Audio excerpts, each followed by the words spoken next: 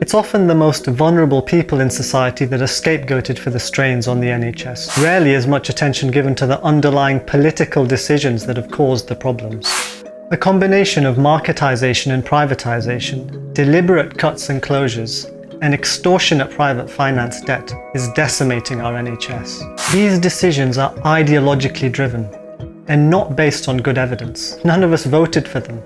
And despite all of this, the damaging changes continue unabated. But there is hope. Across the country, people are coming together to demand change.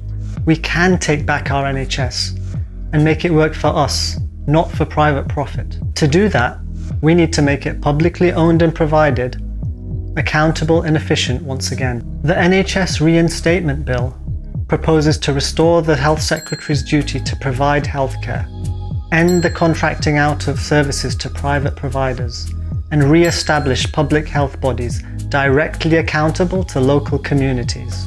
NHS for England's 5-year forward view is about dismantling our NHS and privatising it. It's about handing over billions of pounds of NHS funds, our money, to large commercial operators, which will then have the power to decide who gets care and what services are provided and where those services are provided. So in practice, when you bring in markets and private operators, it means a lot less money for services because money is now diverted into the market bureaucracy, the billing and the invoicing. It's also diverted into the pockets of the bankers and the shareholders in form of profits.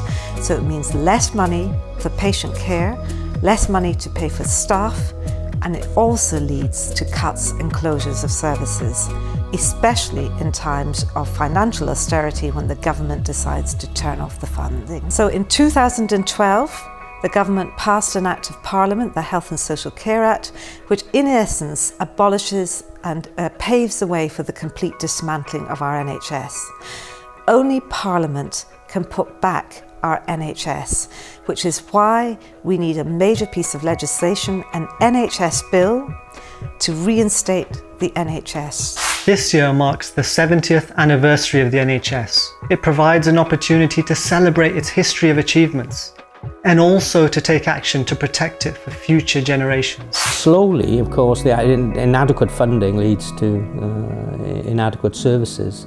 The concern since the 2012 Act is that the quantity of services that are available will slowly reduce, and that with increased private provision of health services, that people will be no longer offered on the NHS services that would be available, but services would become available to them if they were able to pay or if they were able to take out some form of insurance.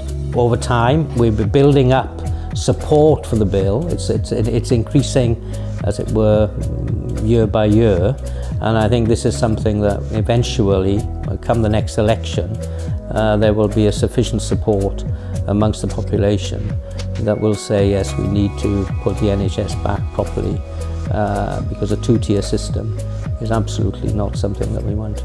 The American insurance-based model is the most expensive and one of the most unfair healthcare systems in the world. It's failed to deliver on its promises and is not something we should in any way be emulating. The NHS bill is grounded in very strong evidence, and it's rooted in the fact that we have managed to have a universal, publicly funded, publicly owned, publicly accountable and publicly provided health service for more than 50 years, since 1948. So we have plenty of evidence that it is possible to provide a universal, comprehensive health service, and that's what we want to get back.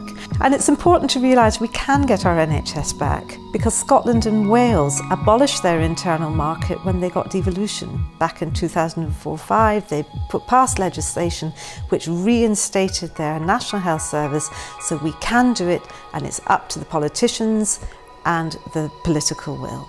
If we can afford to protect private banks, then we can afford to protect our NHS, which has given the people of this country security and peace of mind for 70 years. Ask your MP to sign the NHS Take Back pledge. Subscribe to our mailing list. Follow us on Facebook and Twitter. You can do all this via our website or using the links below. The best gift you can give our NHS on its 70th anniversary is support for its reinstatement.